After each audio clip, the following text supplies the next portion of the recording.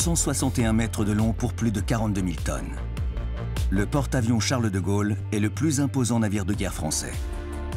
En mars, il quittait la rade de Toulon pour son premier déploiement opérationnel après 18 mois de travaux. Changement du combustible nucléaire, refonte du central opération et des ateliers moteurs, rénovation des radars et du système de catapultage, passage à l'ère du numérique. L'arrêt technique a aussi permis de finaliser les transformations liées au 100% Rafale et à l'arrivée de l'hélicoptère Caïman Marine. Au total, 4 millions d'heures de travail pour un budget d'1,3 milliard d'euros.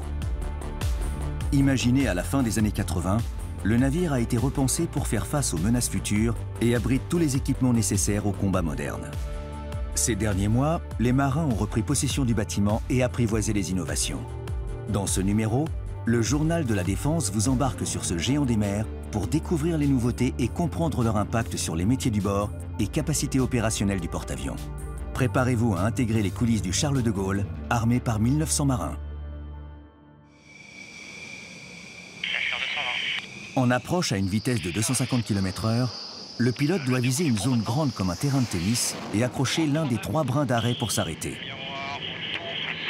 À la radio, les officiers d'appontage, ces pilotes chevronnés, le guident dans sa manœuvre. 32. Tiens-le. Soutiens le nez. La PFOA, c'est la plateforme des officiers d'appontage. C'est là où les officiers d'appontage observent les appontages pour la sécurité des avions. On a mis à neuf tous nos indicateurs. L'outil principal, c'est le miroir d'appontage. C'est donc le dispositif lumineux dont se servent les pilotes pour juger de leur pente et impacter au bon endroit. Et on a acheté donc sur étagère un miroir américain qui a une technologie différente et donc qui a modifié notre façon de faire et qui a amené des équipements nouveaux sur la plateforme pour le régler. C'est le nouvel optique d'appontage. Notre rôle au quotidien, c'est de s'assurer dès le matin que l'installation est parée pour recevoir des avions et puis à échéance, faire les maintenances préventives. On peut être amené à intervenir en cas d'avarie. Donc il faut bien connaître l'installation puisqu'on a des délais qui sont assez courts pour intervenir et à remplacer des pièces dans le système.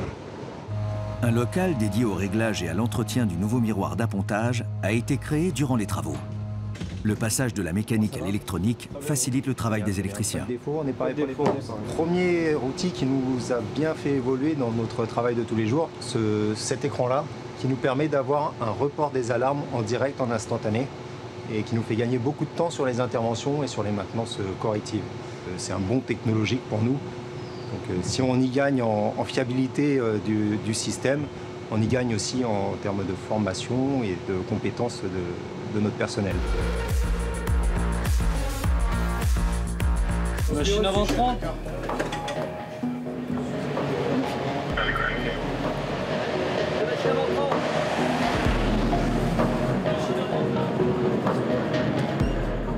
L'objectif, il est multiple.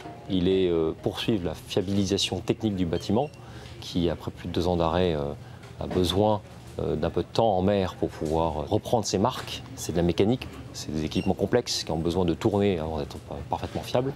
C'est également permettre aux marins de redérouler leur savoir-faire et c'est également permettre aux marins d'acquérir des nouveaux savoir-faire liés aux nouveaux équipements qui ont été mis en place à bord du porte-avions dans le cadre de sa rénovation à mi-vie. C'est ce que j'appelle le Charles de Gaulle 2.0. Nous avons réorganisé le bateau de telle manière que la prise en compte de la cyberdéfense soit effectivement une réalité avec des nouvelles compétences et une densification de l'organisation dans ce domaine-là avec plus de marins pour pouvoir nous défendre face à des potentielles attaques cyber. Donc on a tout vidé ici, du sol au plafond, il n'y avait plus de parquet, plus de faux plafonds. Et on a tout remis à neuf.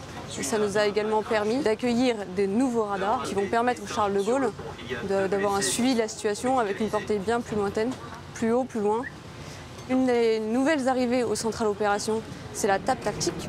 Par rapport aux anciennes, elle est beaucoup plus moderne dans le sens où on n'a pas besoin d'avoir un opérateur qui vient travailler à la main dessus. Elle nous permet de voir bien plus loin et elle permet de recevoir en permanence et de visualiser les informations de nos pistes à nous, mais également de toutes celles que nous recevons de nos amis français ou de nos amis alliés. À courte échelle, pour moi, en tant qu'officier de lutte anti-navire du bord, ça va me permettre de voir très rapidement où sont les frégates qui nous entourent, où est mon hélicoptère, où sont mes aéronefs, et quelles sont les infos qui sont en mesure de me donner tout de suite. Et ça, c'est une vraie révolution technologique. Cette mise en réseau de tous ces Rafales en même temps en vol avec le Hawkeye, avec les frégates, avec le porte-avions, rend le groupe aéronaval beaucoup plus performant dans l'analyse de la situation tactique autour de lui et dans sa capacité à projeter de la puissance. Avec le retrait du super-étendard modernisé en 2016, seuls les avions de chasse Rafale Marine volent aujourd'hui sur le porte-avions. L'avantage d'être passé à un seul type de chasseur, c'est-à-dire le Rafale, on gagne en puissance de projection parce que la capacité d'emport d'un Rafale est équivalente à entre 2 et 3 super-étendards. Donc on gagne en capacité de projection d'armement. On gagne aussi en allonge, le Rafale va plus loin, il est capable de voler plus longtemps. On gagne aussi en capacité de mise en œuvre à bord du porte-avions. C'est-à-dire que si les conditions météorologiques sont un peu plus compliquées, c'est-à-dire que la mer bouge plus, qu'il fait plus chaud, eh bien, le Rafale est capable d'être catapulté et d'apponter à bord, on va dire, dans des conditions plus extrêmes. Le saut avec le Rafale est impressionnant, les performances du Rafale sont incomparables par rapport à ceux du super-étendard. On a une puissance, une manœuvrabilité qui est incalculable. Disons qu'on avait affaire avec le super-étendard à un avion qu'il fallait un petit peu bichonner, avec lequel il fallait être prudent. Pour le Rafale, on peut se fier complètement à la machine et arriver à faire des évolutions incroyables. Pour ma part, il y a un aspect cœur, j'étais assez attaché à l'avion, j'ai fait l'essentiel de ma carrière là-dessus, parce que je viens à peine de passer sur Rafale, donc j'ai encore un attachement un peu sentimental à la machine, mais je suis obligé d'être convaincu par les performances du Rafale. Le passage au tout Rafale fait grimper la capacité du porte-avions de 24 à 30 Rafales marines. Un avion peut décoller toutes les 30 secondes. Sur le pont d'envol, tout est millimétré pour assurer la sécurité des vols par les chiens jaunes. Sous leurs ordres, en bleu, les ponèves. Entre chaque mouvement aviation, ces matelots du pont d'envol doivent immobiliser les aéronefs.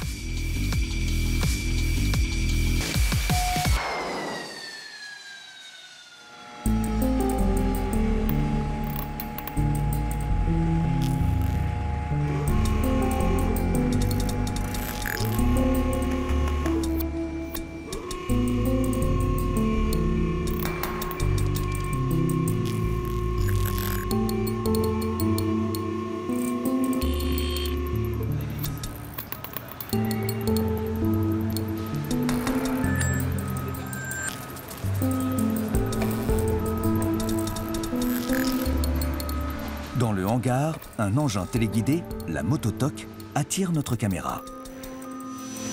Ça nous permet de verrouiller le train avant de l'aéronef, le soulever, pour ensuite pouvoir le manipuler et pouvoir le guider, pouvoir ensuite le placer proprement. C'est plus précis, donc pour travailler dans le hangar, c'est assez restreint pour la place. Du coup, avec ça, c'est plus pratique par rapport au tracteur. C'est assez sensible en fait quand on guide. Faut pas mettre trop de force, sinon l'avion, le Rafale part assez rapidement. Il faut doser et faut écouter ce que le directeur nous dit après. Vas-y, tu remontes, mets-toi dans l'axe et tu renvoies là-bas. Encore.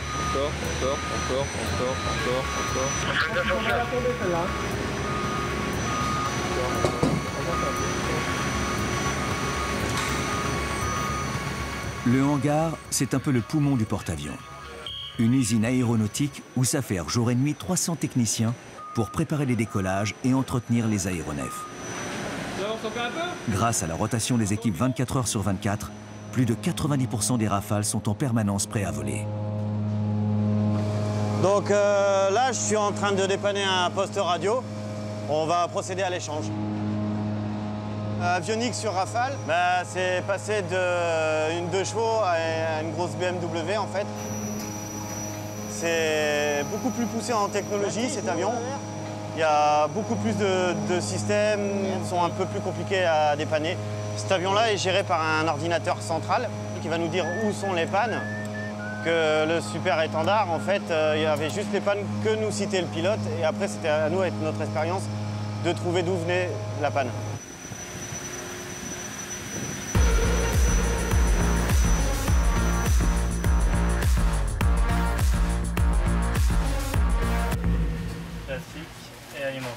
À bord, il existe une usine de traitement de déchets, un lieu stratégique puisque près de 90% des ordures, plastique, bois, carton, métaux légers, sont acheminés ici. Ça va casser la machine. Vous allez voir dans le papier du coup? Non, non. Vous mettez ça où du coup? Vous gardez ça jusqu'à quand on arrive à quai. Ah ouais. Ça marche? Plastique. On a différentes machines, donc de broyeurs compacteurs, donc, qui nous permettent donc de broyer les déchets dissouillés et qui nous permettent également de les compacter pour gagner en place. Et après être stockés dans un frigo et éviter en fait les émanations de gaz. Et donc pouvoir avoir une autonomie de 12 jours au maximum avant de réclamer un RAM.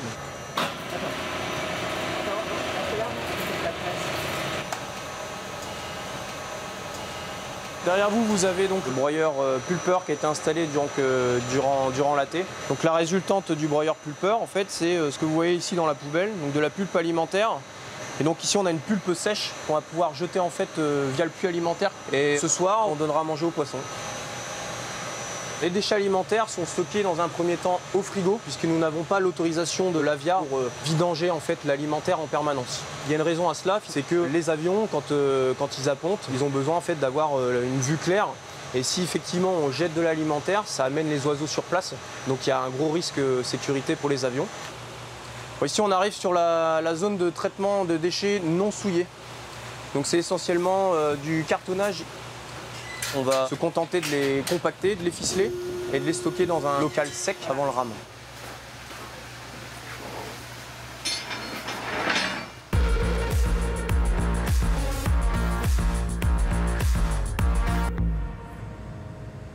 En fait, on est en train de changer les vessies sur les gilets de survie et les composants qu'il y a à l'intérieur. Il y a fluorescine, sifflet, miroir. Et comme nous avons changé la vessie, nous devons remettre après ces composants et les réinstaller sur la vessie. Il faut faire attention à ne pas, avec l'aiguille, percer la vessie. Voilà, on prend notre temps, on fait attention, on suit bien la doc et on va pas trop vite. Chargés d'équiper les avions en munitions, les booms doivent aussi veiller au bon état des équipements de survie. Combinaisons, radeaux, gilets de sauvetage et nouveau pactage de survie du Caïman Marine. Et pour vérifier le bon fonctionnement des tenues de vol, les pilotes sont mis à contribution. En fait, on est en train de tester les combinaisons étanches qu'on porte lors des vols. Sur les bases, donc nous à Lorient Land Byway, on a un mannequin habituellement qui peut permettre de tester cette combi. Et lorsqu'on est à bord, il n'y a pas de mannequin disponible, donc c'est nous les mannequins. Ils vont vérifier le poids initialement avant qu'on soit immergé dans l'eau. Et on doit rester entre 20 et 30 minutes dans l'eau, et à partir de là, ils refont une mesure à l'issue et on voit si l'eau est entrée dans la combinaison ou pas, donc si elle est pleinement étanche ou pas. Masque à feu. Comme sur tous les bâtiments de la marine, l'équipage du Charles est réglé à l'heure Zulu, celle du fuseau horaire universel. À la tombée de la nuit, la lumière passe au rouge pour habituer l'œil à l'obscurité. Une façon de réguler l'horloge biologique des marins. Allez les gars, ça brille. Dans les coursives, une équipe envoie les palettes pour le ravitaillement à la mer.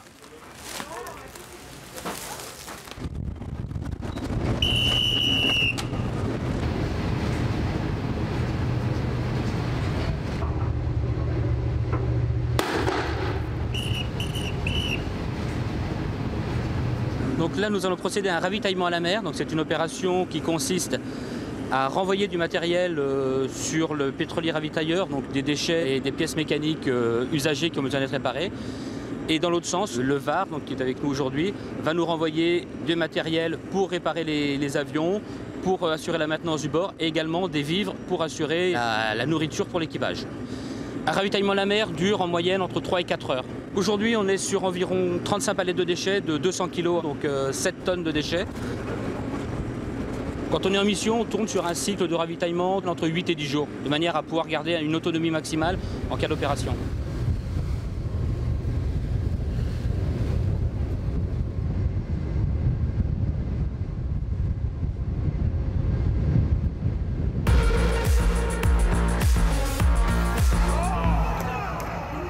Carré, officier marinier.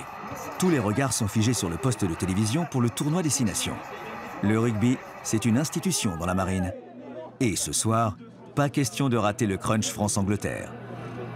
Quelques ponts plus haut, l'équipage profite de la salle de distraction. Le seul moyen où on peut se détendre, en fait, c'est ici. C'est là qu'on réunit quasiment plein de gens qu'on ne connaît pas. Mais vous êtes à bord? Ah ouais, une semaine qu'on ne s'est pas vu. Et c'est comme ça, on discute un peu et puis on parle aussi un peu de tout, quoi. La famille, comment ça se passe, parce que c'est vrai que c'est dur pour la famille.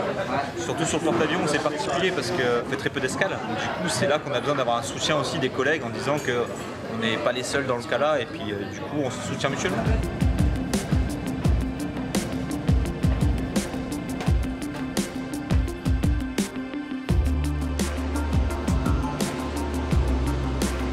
À l'aube, inspection du pont d'envol. Les marins appellent cela la cueillette.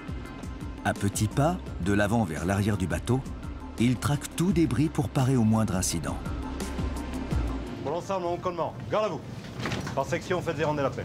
Comme chaque matin, les chefs de service procèdent à la revue des troupes. Feu complet. Sur le porte-avions, pas de branle-bas pour réveiller l'équipage. Il y a une raison à cela. Du technicien au pilote, il faut préserver le sommeil des équipes de nuit. Empire.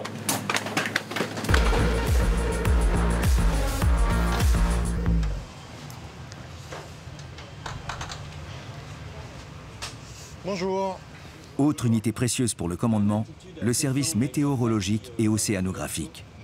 L'arrêt technique l'a équipé d'un télémètre pour mesurer la hauteur et l'extension des nuages et d'un nouvel appareil de prévision. C'est un système historique de Météo France. Et donc c'est un outil qu'on a fait évoluer durant l'arrêt technique qui permet d'automatiser un maximum tout ce qui est processus de récupération de données, ce qui permet finalement aux prévisionnistes de se centrer sur le cœur de métier qui est l'étude du temps qu'il fait.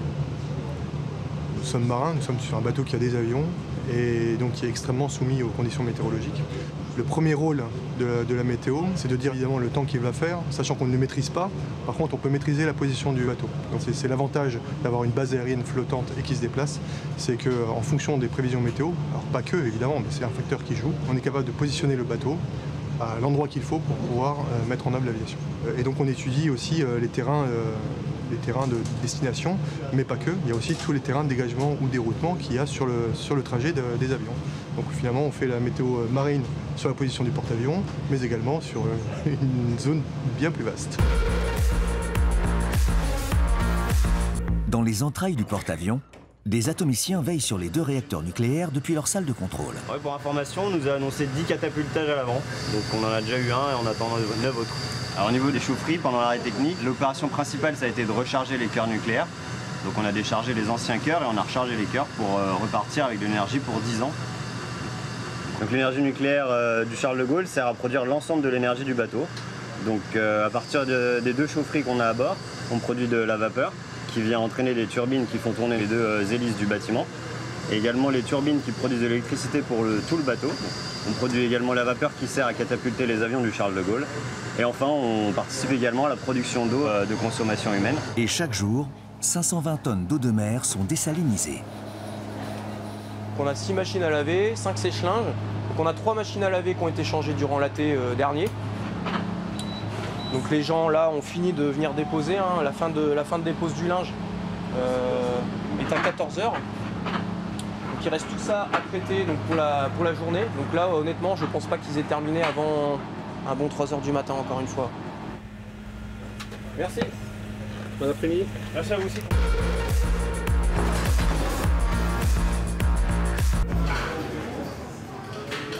Autre pan de ce chantier titanesque, le réaménagement des ateliers moteurs pour poursuivre le passage au 100% Rafale. Donc, il faut savoir qu'ici avant c'était une aire qui était réservée aux moteurs des super étendards, mais depuis le passage au tout Rafale et donc la dernière hyper, on a installé ici une nouvelle aire de visite afin de pouvoir travailler sur 3 moteurs Rafale simultanément, 3 aires donc intermodulaires.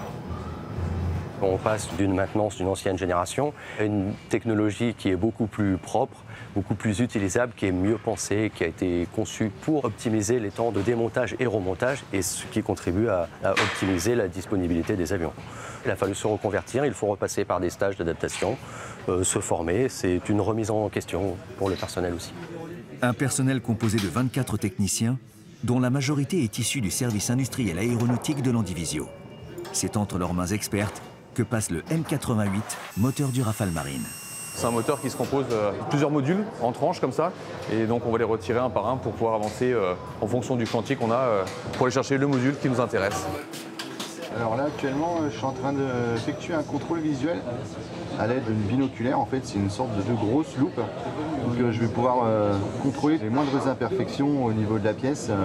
Le Tour Rafale a changé littéralement les méthodes de maintenance. Rien qu'au niveau du moteur, sa conception est complètement différente. Ça a amené à des nouvelles méthodes de travail avec des nouveaux outils, une précision un peu plus accrue au niveau du travail, une autre rapidité.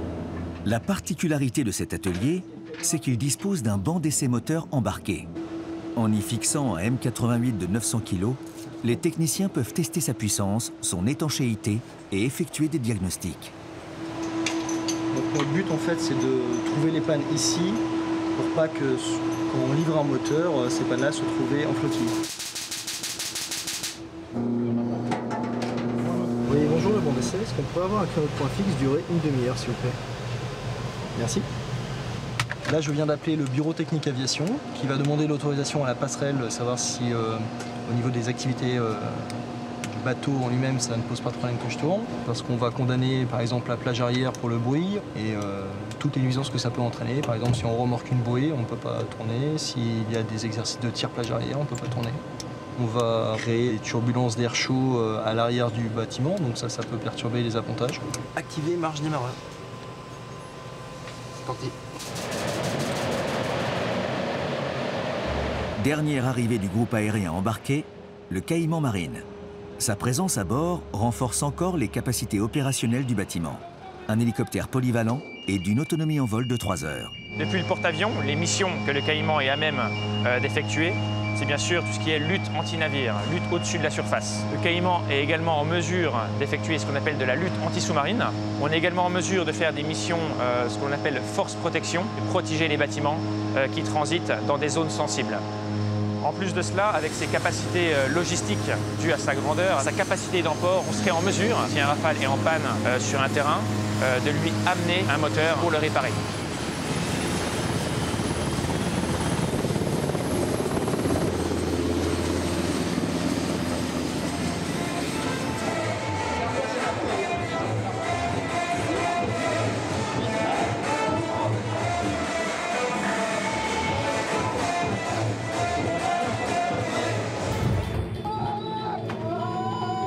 Au pont 7, les pompiers sont en alerte.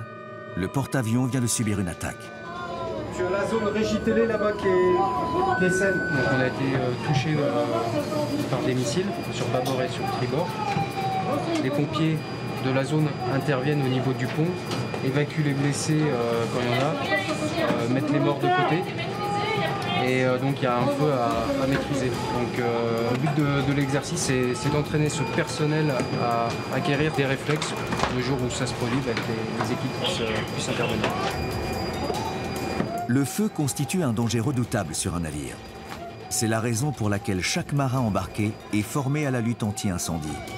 Feu, voie d'eau ou attaque, en phase de remontée en puissance, l'équipage est sans cesse évalué sur sa capacité à réagir face à tout type de sinistre. 33 pilotes formés, un chiffre qui englobe les qualifications à l'appontage jour et nuit et les transformations des pilotes habitués à voler sur d'autres appareils que le Rafale Marine. Sans quoi, physiquement? Physiquement, c'est un peu violent sur le Rafale. Et bon, on est à la merci de la catapulte, donc on se laisse faire et on attend que ça sorte de pont pour récupérer l'avion. Il y a 2 phases, il faut arriver à séquencer d'abord les procédures de pont pour le catapultage en sécurité, puis la partie de la mission tactique et enfin le retour où il faut rester quand même concentré. Se concentrer de technologie et de savoir-faire permettent au porte-avions et au groupe aéronaval de rester des outils stratégiques de premier plan. Les conflits de demain seront sans doute de plus en plus en mer. Le porte-avions et son groupe aéronaval sont des outils par essence de maîtrise des espaces aéromaritimes qui permettront inévitablement de pouvoir assurer la défense des intérêts vitaux de la France. En rénovant le porte-avions, en rénovant aussi les éléments qui constituent le groupe aéronaval, je pense à la FREMM, je pense au Barracuda, au futur sous-marin qui va intégrer bientôt le groupe aéronaval, ou aussi à toute la modernisation progressive, étape par étape, du Rafale, eh bien, le groupe aéronaval garde toute sa pertinence et toute sa puissance de feu, adaptée aux menaces actuelles, aux menaces modernes, et donc permet à la France de garder un outil militaire extrêmement crédible et donc avec un poids politique très fort, et notamment lorsque la France veut marquer sa volonté d'intervenir dans un théâtre, eh bien l'envoi d'un porte-avions est souvent un moyen d'exprimer cette volonté. Dans le cadre de la mission Clémenceau, le Charles de Gaulle est aujourd'hui déployé au Levant. Malgré la chute de ses derniers bastions, les opérations militaires se poursuivent contre Daesh. Escorté par des bâtiments alliés européens et américains, il sillonnera l'océan Indien jusqu'au mois de juillet. Fin 2018, le ministère des Armées lançait un programme d'études sur son successeur. D'ici là, beaucoup d'eau aura encore glissé sur l'étrave du Charles, remise à neuf pour 20 ans.